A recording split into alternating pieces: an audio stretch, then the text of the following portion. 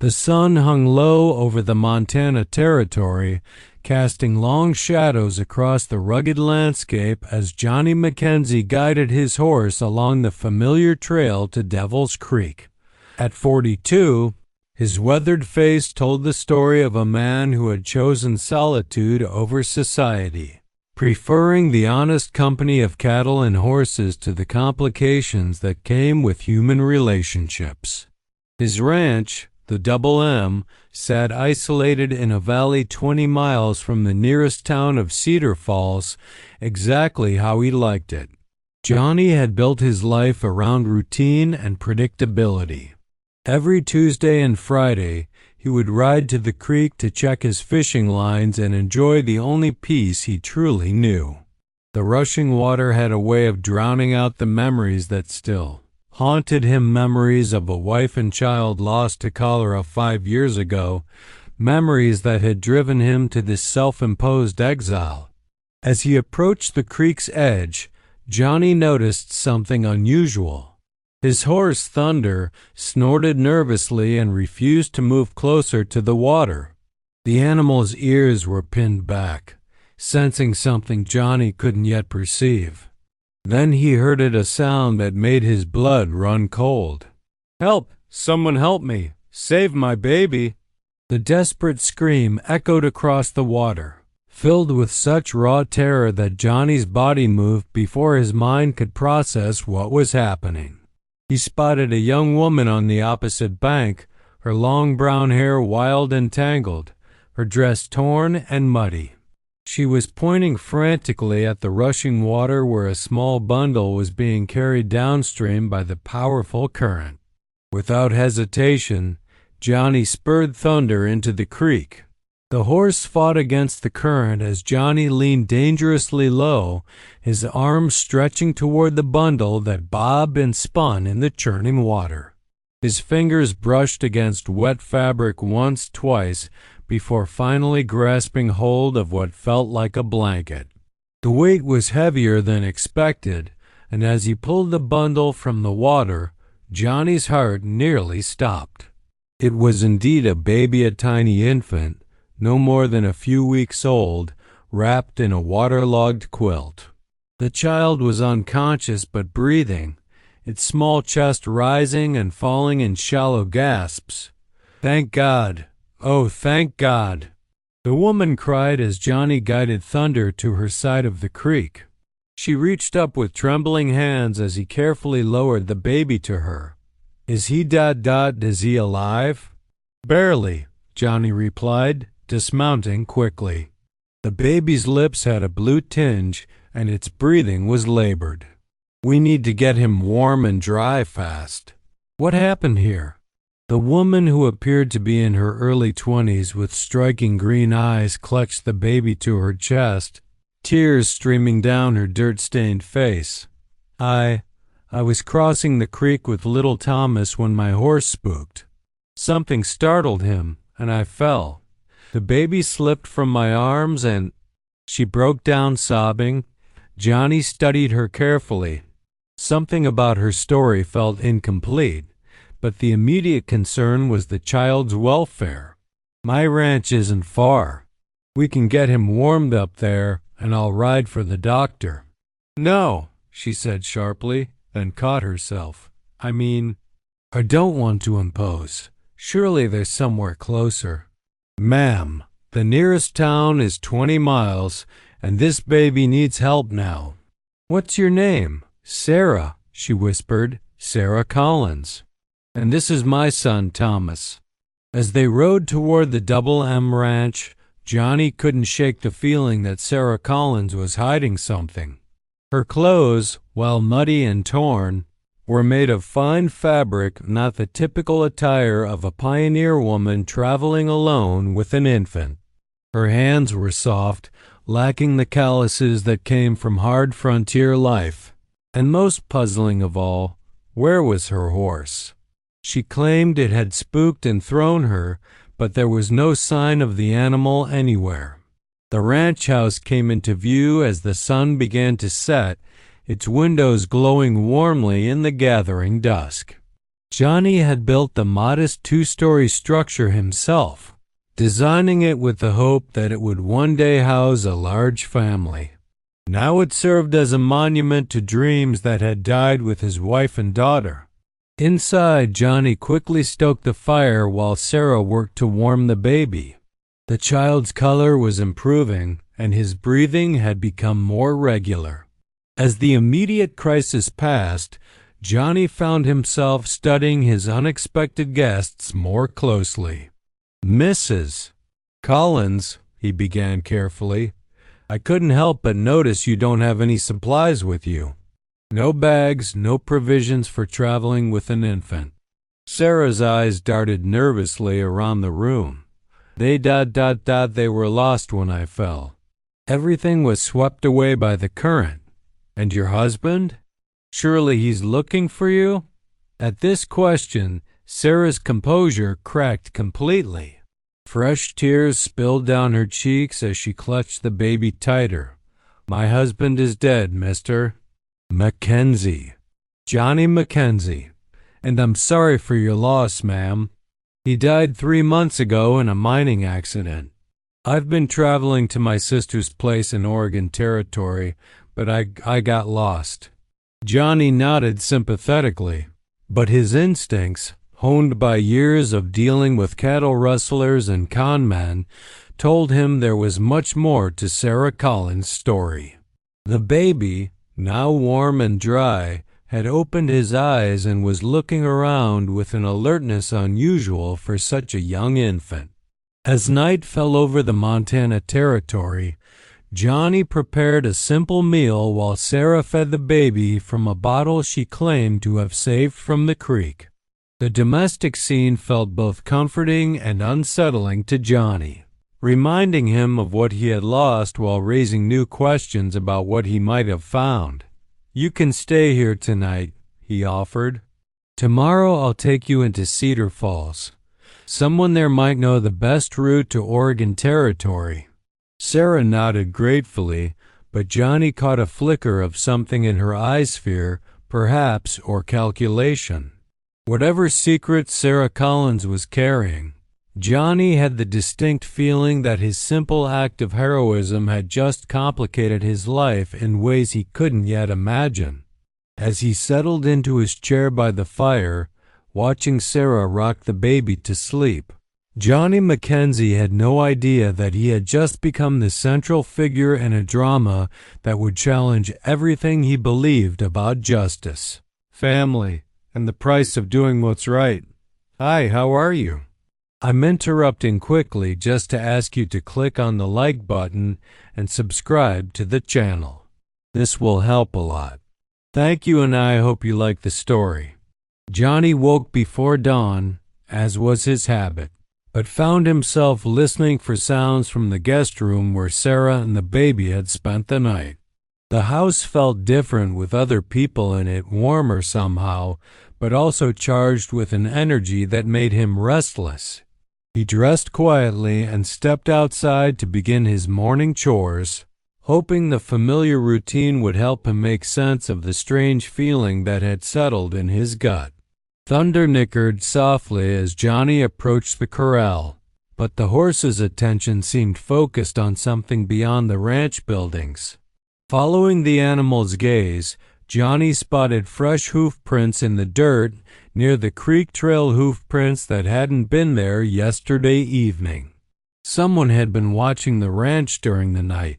His hand instinctively moved to the Colt .45 at his hip as he examined the tracks more closely. 2 horses, both shod, had stood in the tree line for what appeared to be several hours before moving off toward Cedar Falls. The riders had positioned themselves with a clear view of the ranch house, and Johnny didn't believe in coincidences. "Mr. McKenzie?" He turned to find Sarah standing on the porch, the baby cradled in her arms. Even in the early morning light, he could see the dark circles under her eyes and the way her hands trembled slightly. She had slept as poorly as he had. "Morning, Mrs. Collins. How's the little one?" "Much better, thanks to you." She descended the steps carefully, her eyes scanning the horizon nervously. I was wondering, would it be possible to delay our trip to town? Thomas seems a bit feverish, and I'd hate to travel with him in this condition. Johnny studied her face, noting the way she avoided his direct gaze. Of course. The baby's health comes first. He gestured toward the hoof prints. Did you hear anything unusual during the night? Riders, perhaps? Sarah's reaction was immediate and telling. Her face went pale and she clutched the baby tighter. No, I didn't hear anything. Why do you ask? Just being cautious. This is isolated country, and strangers don't usually ride through without good reason. Before Sarah could respond, the sound of approaching horses echoed across the valley. Johnny counted at least 3 riders coming fast up the main trail. His hand moved again to his weapon as he stepped protectively in front of Sarah and the baby. Get inside, he ordered quietly. Lock the door and don't come out until I tell you. Johnny, now, Sarah. The urgency in his voice sent her hurrying toward the house. Johnny watched her go, noting that she had used his first name without thinking, a small slip that suggested a familiarity she shouldn't have had after knowing him less than 24 hours. The riders crested the hill and approached at a gallop. Johnny recognized the lead rider immediately, Sheriff Tom Bradley from Cedar Falls. A good man, but one who wouldn't ride this hard unless something serious was happening. The 2 men with him wore the dusty clothes of professional trackers, their eyes constantly scanning the ground and surroundings. Johnny, Bradley called out as he reined in his horse. We're looking for a woman and a baby. Young woman, brown hair, traveling alone. You seen anyone like that? Johnny's mind raced. The smart thing would be to tell the truth, but something about Sarah's terror the night before, and her obvious fear this morning, made him hesitate. What's this about, Tom? The woman's name is Sarah Collins. She's wanted for kidnapping. Bradley dismounted, his expression grim. Took a baby from a wealthy family back east. The child's grandfather has offered a substantial reward for their safe return. The words hit Johnny like a physical blow. Kidnapping. The baby wasn't Sarah's son at all. He thought about the fine fabric of her clothes, her soft hands, the way she had reacted to his questions. It all made sense now, and yet something still felt wrong. How do you know she's in this area? Johnny asked, buying time to think. Witnesses saw her heading this way yesterday afternoon. The trackers followed her trail to Devil's Creek, but it goes cold there. One of the trackers, a lean man with cold eyes, spoke up. Creek washed away most of the sign, but we found evidence of a struggle on the bank. Johnny nodded slowly, his mind working furiously. If Sarah had kidnapped the baby, why had she seemed so genuinely terrified when she thought the child was drowning? Why risk her own life to save him? And why had she been so reluctant to seek help from a doctor or go to town? I'll keep an eye out, Johnny said finally. If I see anything, I'll ride into town immediately. Bradley studied his face carefully. Johnny McKenzie had a reputation as an honest man, but the sheriff also knew that isolation could change people in unexpected ways. Johnny, if you're hiding something, now's the time to speak up. This isn't just about kidnapping anymore. The baby's father was found dead this morning, shot in the back. This woman might be a murderer. The revelation sent a chill down Johnny's spine. Murder changed everything. He glanced toward the house, where he knew Sarah was listening to every word. If she was a killer, he had just put himself in mortal danger. If she wasn't, she was being hunted for crimes she didn't commit. I understand the seriousness, Tom. You have my word, if I see this woman, you'll be the first to know. After the sheriff and his men rode away, Johnny stood in his yard for a long time, staring at the house where Sarah waited. Every instinct told him to saddle Thunder and ride hard for Cedar Falls, to turn Sarah over to the authorities and wash his hands of the whole affair. But something deeper, a voice that sounded remarkably like his late wife's, whispered that things weren't what they seemed. Finally, he walked to the house and knocked gently on the door. "Sarah, they're gone. We need to talk." The door opened slowly, revealing Sarah's tear-stained face. The baby was crying softly in her arms, as if sensing the tension that filled the air. "You heard," she said simply. "I heard. Now I need to hear your side of the story.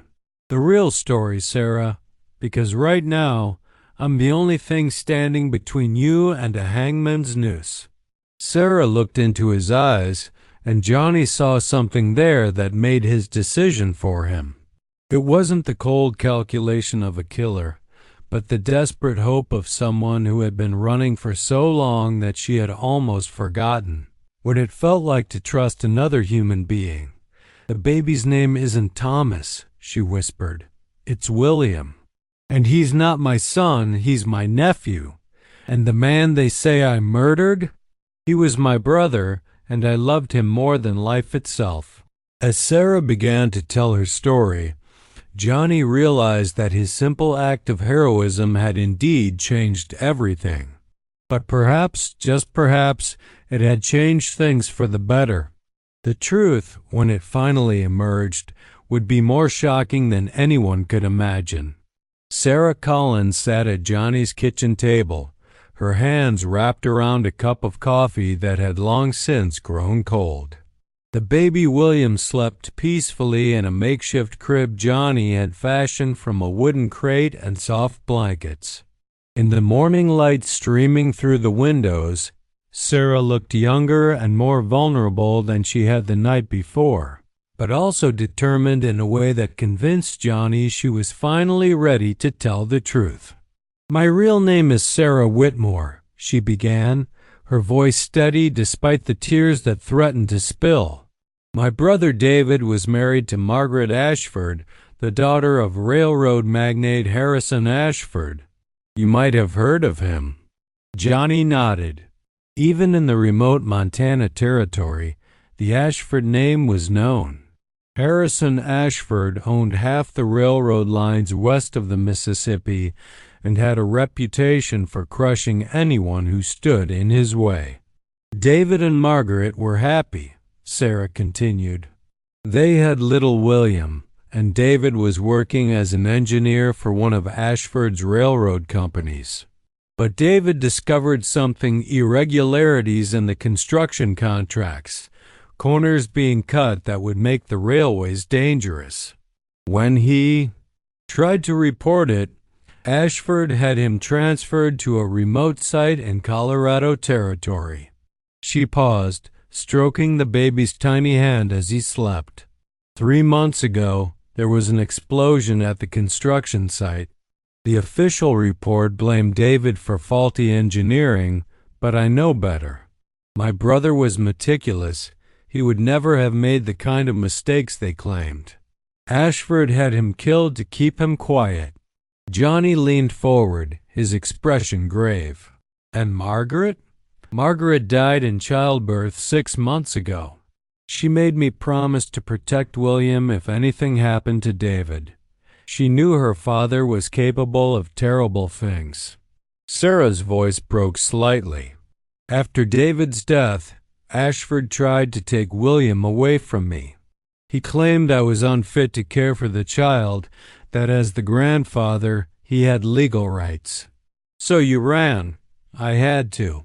You don't understand what kind of man Harrison Ashford is.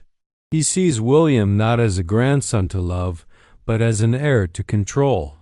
The boy represents the continuation of the Ashford Empire, and Ashford will stop at nothing to mold him into his own image." Johnny stood and walked to the window, processing what he had heard. Outside, the peaceful valley stretched toward the mountains, but he knew that peace was an illusion. Powerful men like Harrison Ashford had long arms and deep pockets. If what Sarah said was true, they were facing an enemy with virtually unlimited resources.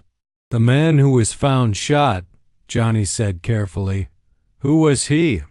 "James Morrison, one of Ashford's private detectives. He caught up with me yesterday morning, about 10 miles from here. He said he had orders to bring William back by any means necessary." Sarah's hands trembled as she continued. "He tried to take the baby from me.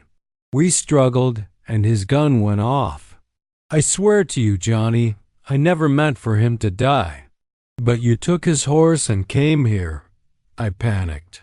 "I knew more men would be coming, and I had to get William to safety.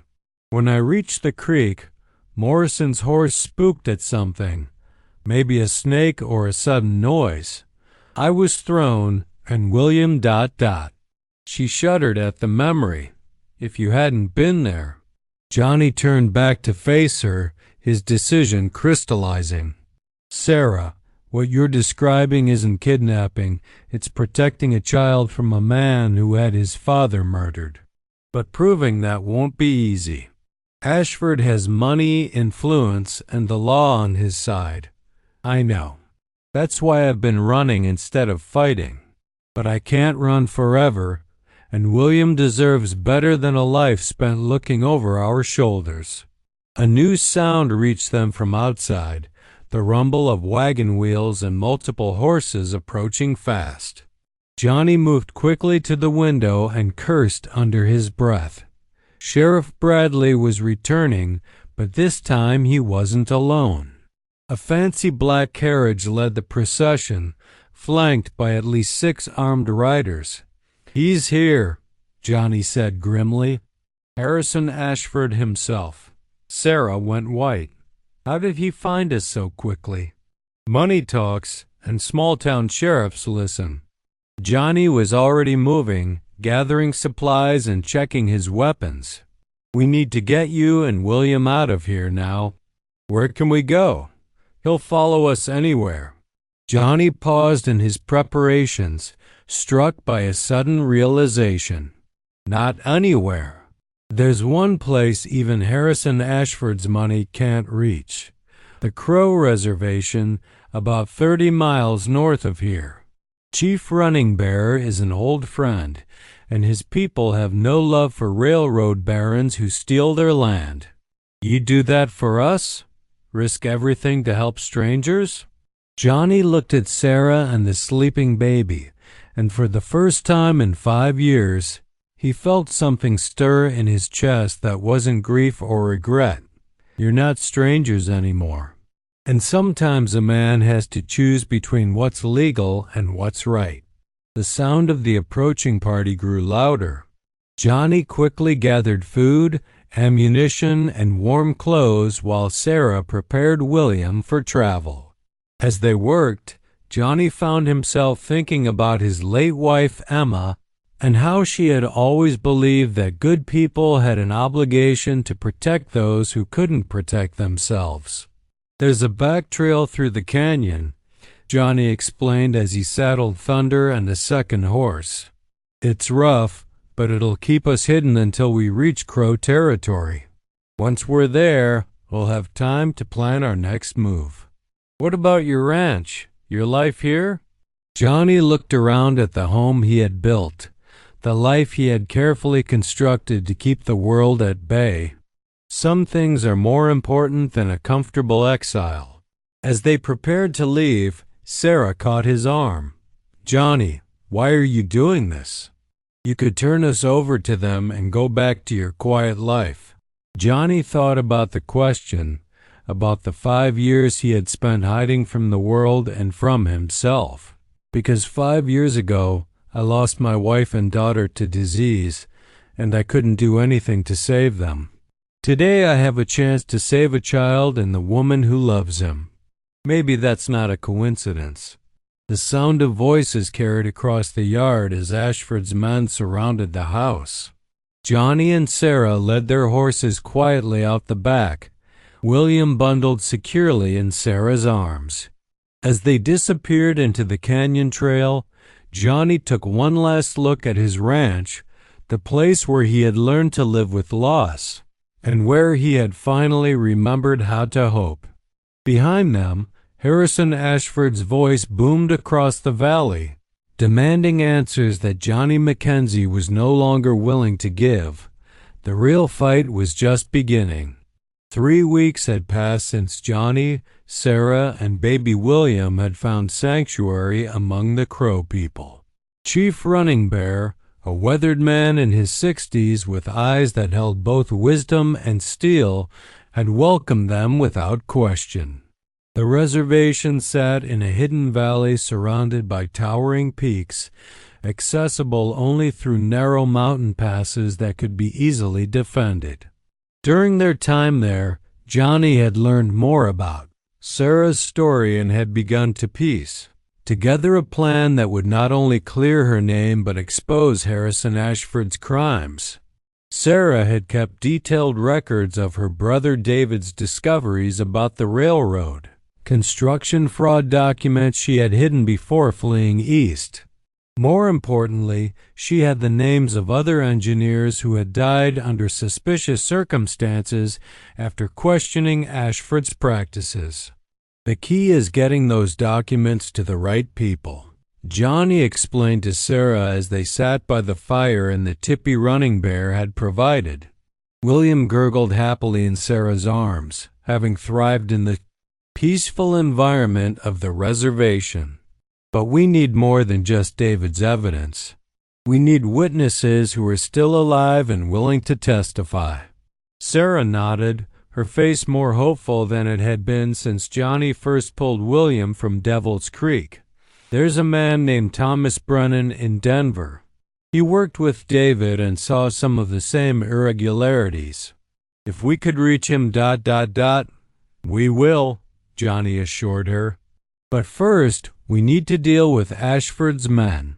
They're still camped outside Cedar Falls, and they're not going to give up easily. Chief Running Bear approached their fire, his expression serious.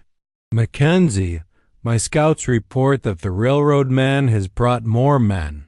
20 riders now, and they're asking questions in every settlement within 50 miles.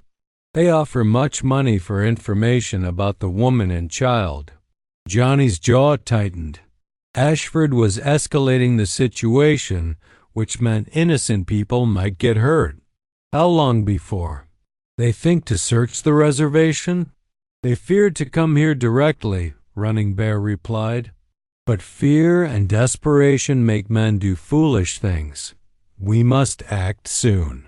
That night, Johnny made a decision that would change everything.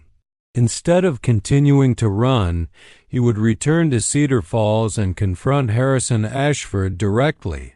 But he wouldn't go alone and he wouldn't go unprepared. "You're insane," Sarah said when he explained his plan. "Ashford will have you killed the moment you show your face." "Not if I have something he wants more than revenge," Johnny replied. "You and William are going to stay here, safe with Running Bear's people. I'm going to town with evidence of Ashford's crimes and an offer he can't refuse."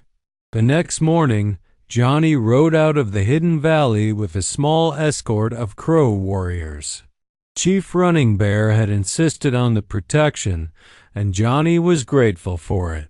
What he was about to attempt would require all the courage he could muster. Cedar Falls buzzed with tension when Johnny's party arrived.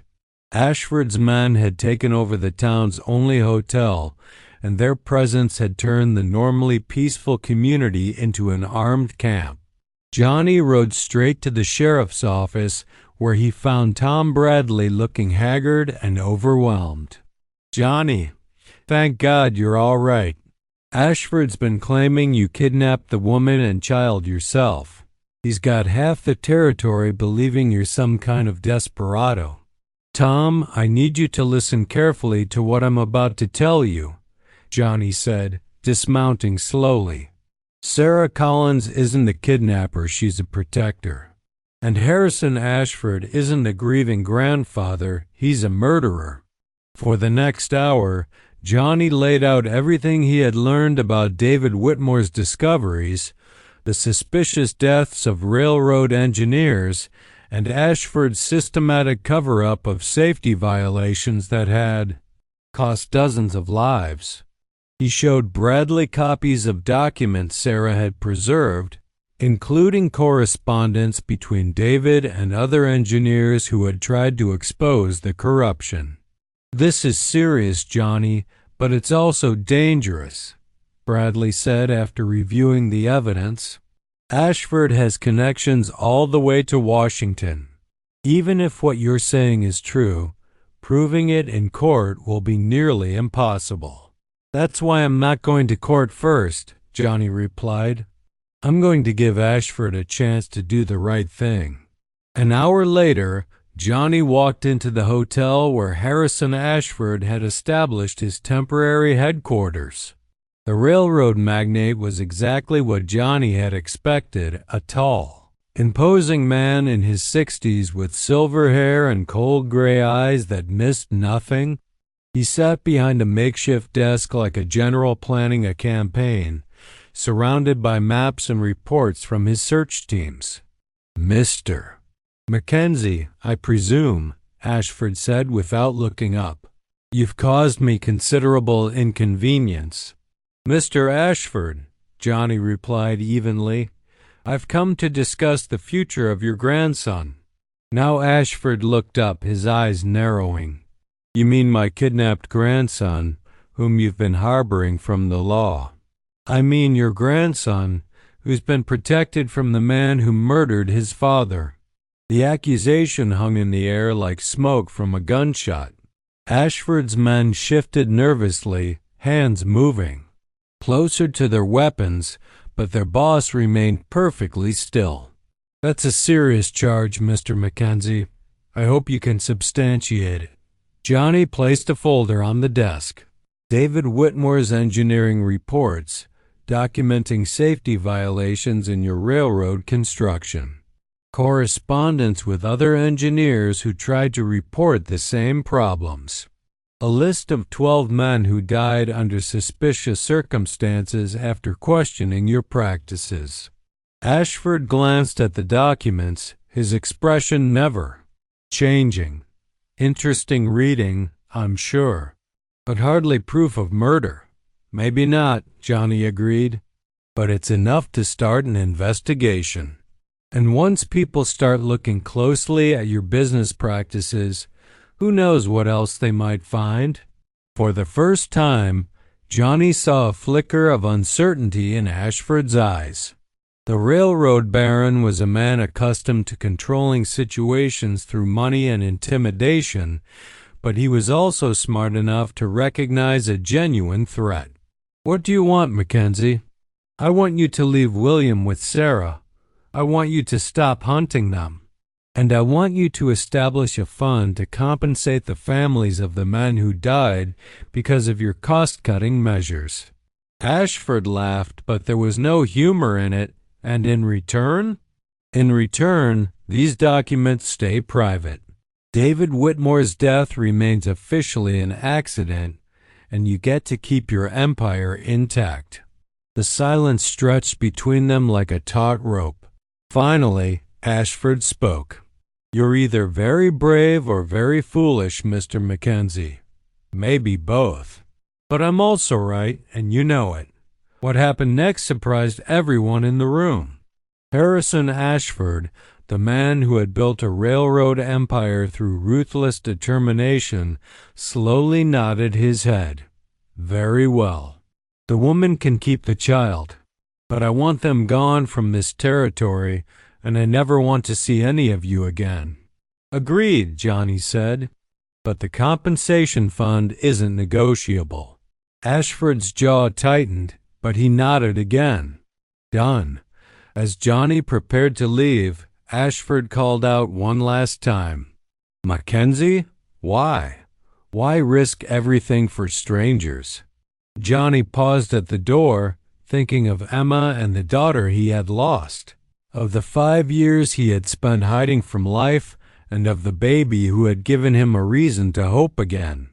Because sometimes the only way to find yourself is to lose yourself in protecting others.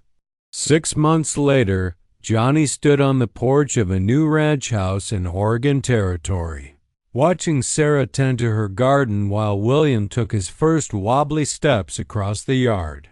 The compensation fund had been established, bringing some measure of justice to the families who had suffered from Ashford's greed. Sarah had testified before a federal commission about the railroad safety violations, leading to new regulations that would save countless lives. As for Johnny McKenzie, the lonely rancher had discovered that he didn't have to be lonely anymore. He had found his family in the most unexpected way, and in saving them, he had saved himself. The valley was peaceful, the future was bright, and for the first time in years, Johnny McKenzie was truly home. The baby's laughter echoed across the valley, a sound of pure joy that promised better days ahead for all of them. Hello, how are you? Did you enjoy the story? Like, share, comment on which city you're watching from, and subscribe to the channel The Best Wild West to help us continue adding new amazing videos. Thank you very much, and come back often.